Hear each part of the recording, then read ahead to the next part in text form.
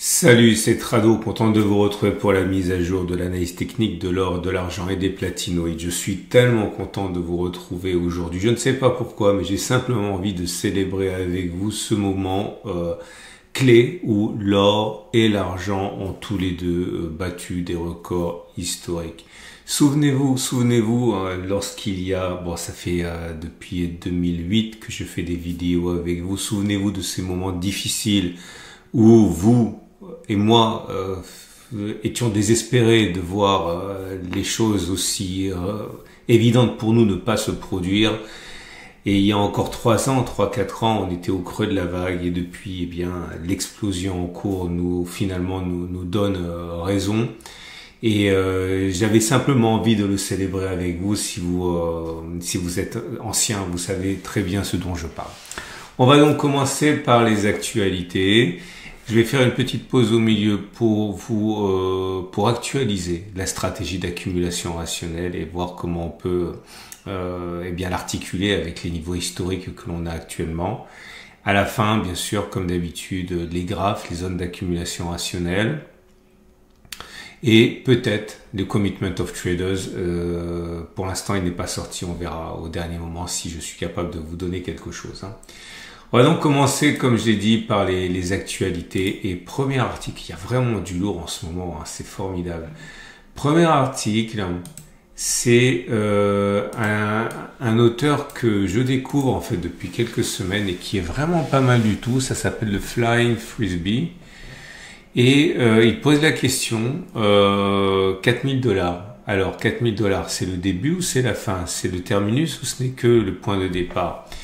Et bon, bien sûr, pas plus lui que moi ni que quiconque sait ce qui va se produire, mais il explique que même s'il y a des raisons de penser que ce soit la fin et que la bulle va exploser, il y a plus de raisons encore de penser que non, c'est pas du tout la fin. Et il les passe en revue.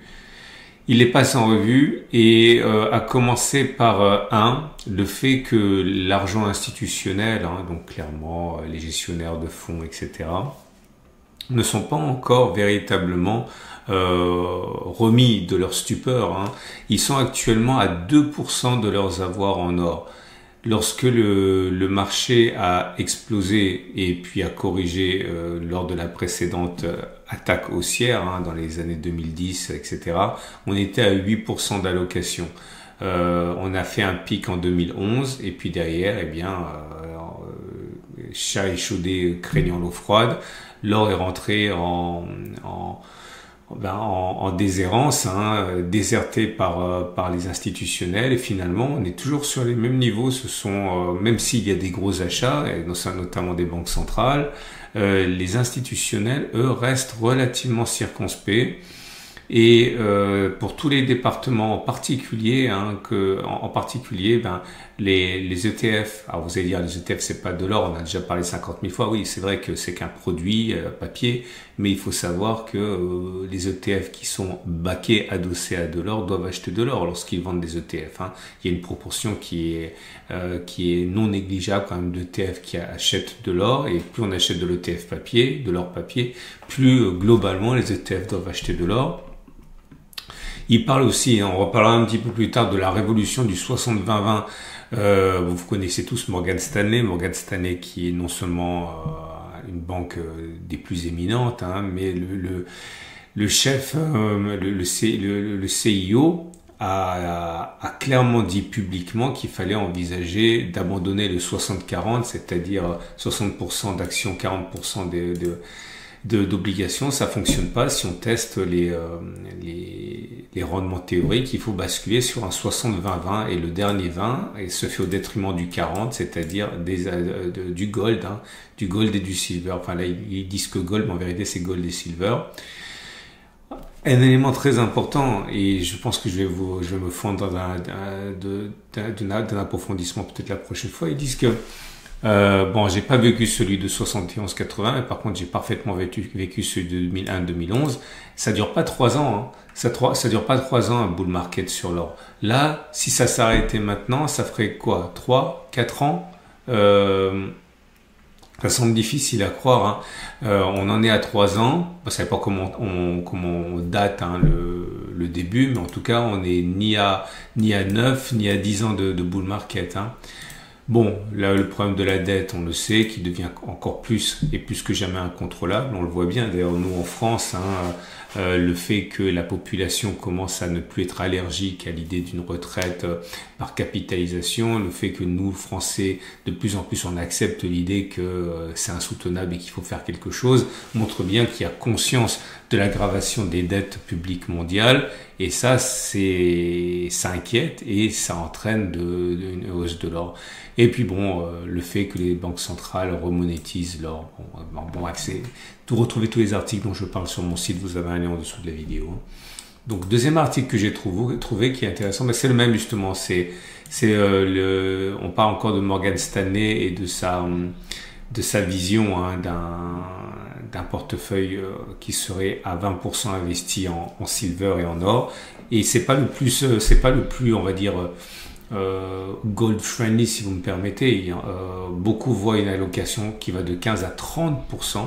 Ok. Et l'idée, encore une fois, c'est que là, on ne cherche même plus à protéger le portefeuille, c'est-à-dire qu'effectivement avoir de l'or ça protège le portefeuille, mais si on parle de antifragilité, c'est un terme qui a été forgé par, vous savez, un Taïeb, la même personne qui a écrit le livre le Signe Noir. Il a écrit un livre qui s'appelle Antifragile. Et il explique que la résistance est une chose, l'antifragilité en est une autre. Et l'antifragilité, ça veut dire devenir encore plus fort dans l'adversité. Et il explique que voilà, si on veut un portefeuille qui est antifragile, c'est-à-dire qui bénéficie des crises, eh bien, il faut envisager effectivement de mettre de l'or. C'est pas simplement pour protéger, c'est pour avoir une posture agressive en termes de rendement. C'est très intéressant. Et Morgan Stanley, pour nous, c'est qu'une banque américaine de plus, mais aux États-Unis, c'est pas ça. C'est une référence. C'est une référence. Ok, forcément, ça va être entendu, hein. Troisième article que j'ai trouvé pour vous. Alors celui-là, il m'a amusé, parce que je suis, vous le savez, hein, j'habite en Australie. C'est littéralement.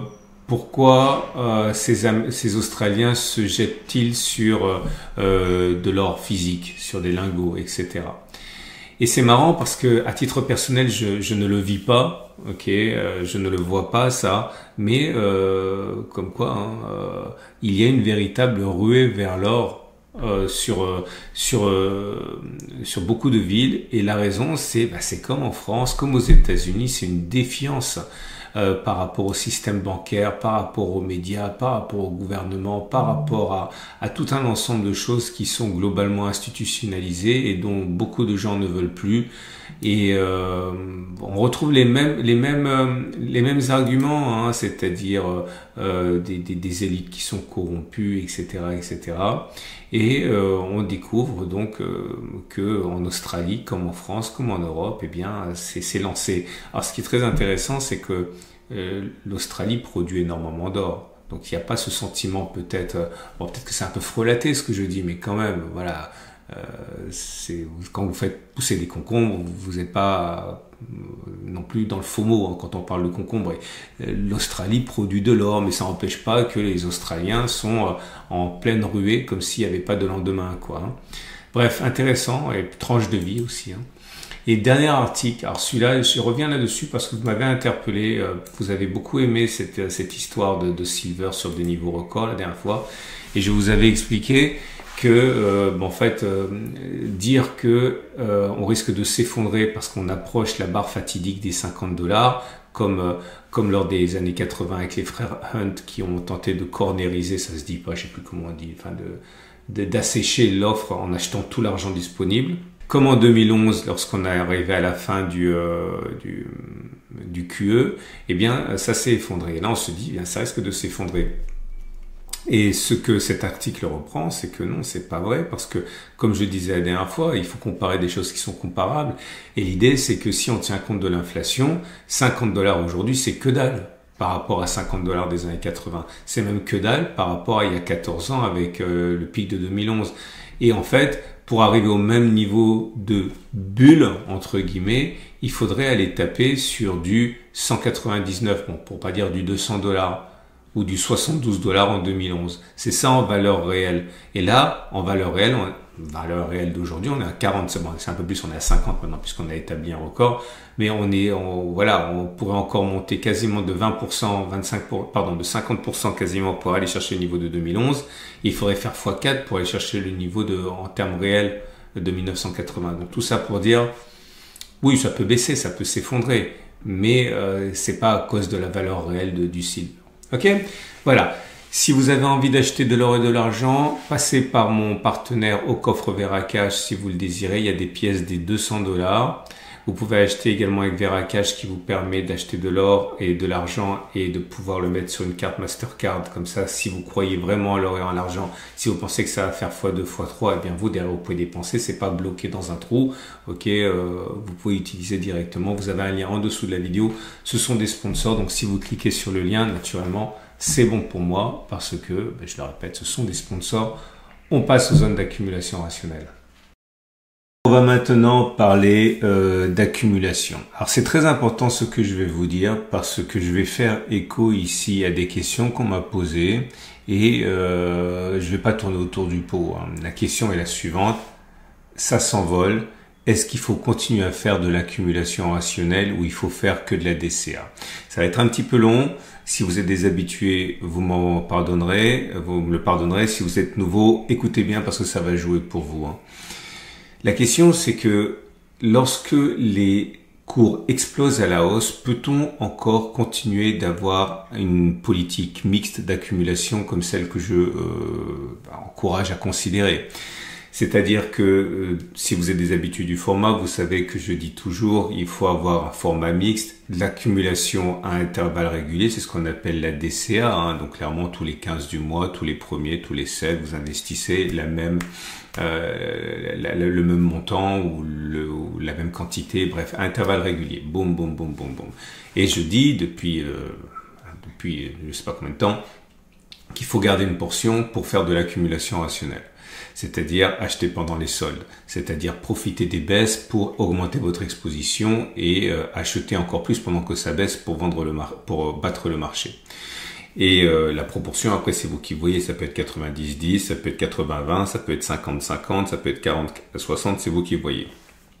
Ça c'est l'or libellé en dollars. Regardez ce qui se passe depuis mi-août, 20 août. Ça monte et ça consolide pas. Il n'y a pas eu d'accumulation rationnelle. Ok, depuis qu'on a quitté cette zone des 33,20, 31,00. Faire ce que je préconise de faire, à savoir garder de l'argent de côté pour pouvoir accumuler pendant les soldes, c'est une question qui se pose parce que se passe-t-il s'il n'y a plus de consolidation? Je vous dirai le fond de ma pensée plus tard, hein, mais bon, regardez bien, on a une longue consolidation pendant des mois ici, et puis derrière, ça explose. Je vais pas me rogner, ok. La méthode que je préconise et que j'ai utilisée, eh bien, regardez les accumulations. Regarde, je dézoome. Toutes les zones noires que vous voyez, ce sont des zones sur lesquelles, dans la vidéo, c'est-à-dire, voilà, vous pouvez critiquer la méthode, mais en tout cas, vous pouvez pas critiquer que je l'ai dit dans la vidéo. Ce sont des zones sur lesquelles je disais, ok, j'accumule. Enfin, il y a une zone d'accumulation rationnelle. Vous pouvez accumuler si vous voulez, etc. Regardez comme systématiquement. Lorsque les marchés n'explosent pas, on peut attraper des soldes intéressants. Là, c'était du moins 7,4%. Là, c'était du moins 3%. Là, c'était du moins 7,8%. Là, c'était du 5,3%. Là, c'était du 6,6%. Vous voyez, ça permet véritablement d'accumuler de l'or à bon compte pendant que les marchés reprennent leur souffle. Ok, et on peut remonter comme ça. Je vais le faire pour l'or libellé en euros aussi. Et vous voyez, là, c'était la grosse baisse que l'on a eue pendant 2020-2021. Là, je me rappelle très très bien justement que les investisseurs ne voulaient plus entendre parler d'or. On avait perdu un terrain considérable. Et c'est là justement que Goldman Sachs disait non, faut y aller maintenant. Et vous voyez, là, j'avais accéléré les accumulations et à chaque fois avec des décotes. C'est ça qui est intéressant. Alors forcément, quand ça monte après, il y avait beaucoup moins d'accumulation. Et là, on est arrivé à une situation où il n'y a plus d'accumulation depuis 2 mois. Et donc, la question se pose. Faut-il continuer à adopter un format mixte? Faites ce que vous voulez. C'est trop important pour que moi je vous dise ce que vous ayez à faire. C'est trop personnel et c'est trop de responsabilité. Moi, je vais vous le dire également. Bon, vous le savez, j'accumule plus personnellement. J'accumule depuis les années 2000. Là, je suis en train de vivre finalement la période la plus agréable, qui est que voilà, je suis blindé, pas blindé en or, mais je suis blindé en termes d'allocation.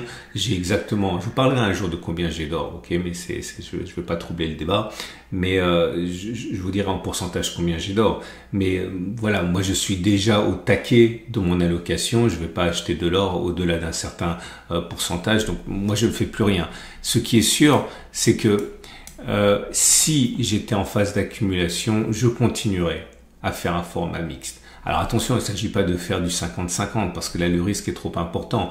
Mais voilà, garder 10% de votre allocation pour faire de l'accumulation rationnelle, ça me semble pas délirant. Maintenant, j'insiste, ce sont des choix qui sont personnels, des choix d'épargne. Vous avez travaillé dur pour économiser de l'argent, vous risquez de le perdre en faisant tel que ceci ou tel que cela. Chacun doit prendre ses propres décisions, tout en sachant que l'aspect psychologique n'est pas neutre. C'est-à-dire que pour certains, il y a un blocage par rapport à payer trop cher et on a besoin de payer des sommes. Vous avez tous un tonton comme ça qui ne veut jamais rien acheter au vrai prix et qui va tout négocier, son toaster, sa brosse à dents, sa voiture, etc., etc. Et puis vous en avez d'autres, vous avez tous un tonton également qui claque et qui flambe et qui s'en fiche, quand il veut il achète. Ben voilà, vous êtes peut-être l'un ou l'autre et ça joue aussi. Ok.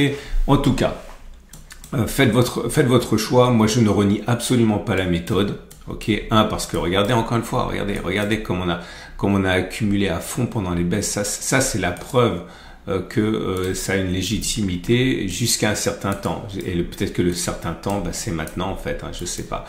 Je vous montre l'or libellé en euros. C'est facile encore une fois parce que je consigne, je mets des ellipses lorsque on touche les zones d'accumulation rationnelle. Ok. Là par exemple, il n'y a pas eu d'accumulation, il n'y a pas d'ellipse, donc il n'y a pas eu d'accumulation. La dernière accumulation pour l'or libellé en euros, elle remonte à juillet pour l'or libellé en euros. Okay, contrairement à l'or libellé en dollars, l'or libellé en euros. Mais il y a eu, là aussi, tout ça c'est consigné. Vous voyez, c'est les zones d'accumulation rationnelle qui ont vraiment permis de faire des soldes à bon compte, en particulier pendant les baisses. Et voilà, si vous raisonnez en euros, vous n'avez pas eu de zone d'accumulation rationnelle, contrairement à l'or libellé en dollars, qui a eu... eh bien sa dernière accumulation c'était ici, c'était sur cette zone là, c'était en juillet 2025. C'est la même chose en fait, et depuis, si vous avez par exemple mis 10% de côté pour investir de l'or, voilà, en toute transparence, en toute honnêteté, vous n'avez pas utilisé cette manne ou cette réserve depuis juillet. Ok, c'est la réalité, il faut pas se voiler la face. Pour l'argent libellé en dollars, c'est pareil, vous dépendez essentiellement de la DCA pour accumuler. Il n'y a pas eu de consolidation. Là, on a dessus une zone d'accumulation rationnelle, c'est cerclé. C'était le 28 juillet aussi, et depuis juillet, donc août, septembre, ça fait quasiment 3 mois que vous dormez finalement sur la partie zone d'accumulation rationnelle. Ok, alors en imaginant que vous mettiez, je dis n'importe quoi, 30 euros par mois de côté pour les zones d'accumulation rationnelle, vous avez un trésor de 100 euros qui n'a pas été exploité et qui sera exploité. Il sera exploité d'un seul coup lors de la prochaine zone d'accumulation rationnelle, mais pour l'instant il n'est pas exploité. Il n'y a que de la DCA qui accumule votre flux. Ok, la zone d'accumulation rationnelle c'est 41,3. C'est un peu bizarre, c'est la vidéo du jour, mais je fais face à l'urgence de la situation au niveau des questions parce que c'est normal que ça vous interpelle et moi j'ai pas à me défiler par rapport à ça. Là pareil, la dernière accumulation rationnelle elle a eu lieu à 36,35 et puis depuis rien. Et là regardez comme on a bien mitraillé cette zone. On est déjà chargé à bloc avant la hausse, mais depuis il n'y a rien. Faut regarder ça. Ça, ce sont toutes les zones d'accumulation rationnelle qui ont été exploitées. Mais depuis l'explosion, voilà, c'est les vaches maigres. Pour le platine et le palladium, alors c'est pas exactement la même musique, puisqu'on n'a pas non plus l'hystérie que l'on peut avoir pour le palladium libellé en dollars. La zone d'accumulation rationnelle, c'est 1115, 1080 $. Ok, les accumulations rationnelles ont été plus fréquentes quand même hein, pour le palladium libellé en dollars, avec la dernière en date ici, pareil, signalé dans la vidéo. Je répète une quatrième fois, quand c'est une ellipse, ça correspond à des moments où je dis, ok, on achète sur cette zone. Sinon, il n'y a pas, si on la loupe, il n'y a pas d'ellipse. Hein. 1080 $. Pour le palladium libellé en euros, c'est pareil. C'est plus actif que pour l'or et pour l'argent, puisque la dernière zone d'accumulation rationnelle a eu lieu fin août, début septembre. La zone d'accumulation rationnelle, pour l'instant, j'ai laissé à 950-925. Pour le platine, on est dans une situation équivalente où c'est plus facile de faire de l'accumulation. Dernière accumulation en date, c'était 18 septembre et ça reste à 13,93,25. Et le platine libellé en euros, pardon. La zone d'accumulation rationnelle, elle est à 11,60, 11,30 avec la dernière accumulation rationnelle qui a eu lieu le 19 septembre aussi. Voilà. Désolé de ne pas vous donner de certitude, c'est simple, j'en ai pas. Je suis ni dans votre tête, ni dans votre portefeuille, et ni dans le secret des dieux. Je sais pas ce qui va se passer. Ce que je sais, c'est qu'à titre personnel, je répète une troisième fois, je préférerais continuer si j'accumulais encore la méthode d'accumulation rationnelle, mais je le dis une deuxième fois. Moi, j'ai atteint mon taquet en termes de pourcentage, donc je veux pas accumuler plus. C'est vous qui voyez. Ah, et une dernière chose, on m'a dit, alors ça c'est très important parce que j'aime pas me défiler par rapport aux choses. J'ai dit dans la précédente vidéo que mon objectif c'était 4800, 4900 et que j'allais sans doute devoir le faire évoluer. Et quelqu'un m'a dit sous forme de boutade dans les commentaires, non, ton objectif c'est 4500, c'est pas 4900. Je me suis déjà expliqué par rapport à ça. Je vais le dire parce qu'encore une fois, par transparence, c'est important. J'ai toujours dit, entre guillemets, que mon objectif, c'était celui de personnes sérieuses et qui, pour moi, font référence pas d'obscures personnes qu'on a envie de croire pour aucune autre raison que celle qu'on en a la conviction. Hein. Je parle de choses, des personnes qui sont reconnues. Moi, j'aime beaucoup la justification qu'ont Stoffer Levalek, qui, pour eux, avec des calculs savants, avaient établi leur objectif à 4500. Donc du coup, moi j'avais dit, ok, je suis ces gens-là, entre autres, et pour tout le monde, là, ça fait du 4500. Le problème, c'est que, et c'est ça qui me gêne, c'est qu'à un moment ou à un autre, apparemment, ils ont glissé eux-mêmes à 4900, mais moi, je n'avais pas vu ça. Ou alors, je me suis trompé, ou j'ai lu trop vite, qu'importe. Et je me suis rendu compte, après coup, que en fait, si je veux vraiment être logique par rapport à moi-même et suivre les gens que je respecte, mon objectif devait glisser de 4500 à 4900. Et j'avais fait, c'est pas obscur, hein, j'avais dit dans une vidéo ça. Donc, mon objectif a glissé à 4900 à partir du moment où je me suis rendu compte que je n'avais pas vu que eux-mêmes avaient glissé de 45 à 49. Ou alors peut-être que j'ai fait l'erreur et qu'ils n'ont jamais glissé, que j'ai mal vu. Mais enfin, voilà pourquoi mon glissement de 45 à 49. Et si eux disent 55 ou 60 ou 80, eh bien je le ferai aussi parce qu'encore une fois, ils sont beaucoup plus au fait que moi. Donc voilà, je me cale en gros sur eux parce qu'ils en savent plus que moi. Voilà. Mettez-moi vos commentaires sous la vidéo YouTube pour tout ce que j'ai dit, ça m'intéresse beaucoup et puis je peux m'en inspirer par la suite sur ma méthode d'accumulation, sur le glissement, sur le changement de méthode, sur vos objectifs. Allez-y, si vous ne faites pas pour moi, faites-le pour les autres parce que je vous assure, les commentaires profitent à énormément de mes abonnés. Donc merci de le faire. Excellente journée et célébrons ce jour tellement spécial où l'or et l'argent inscrivent des records.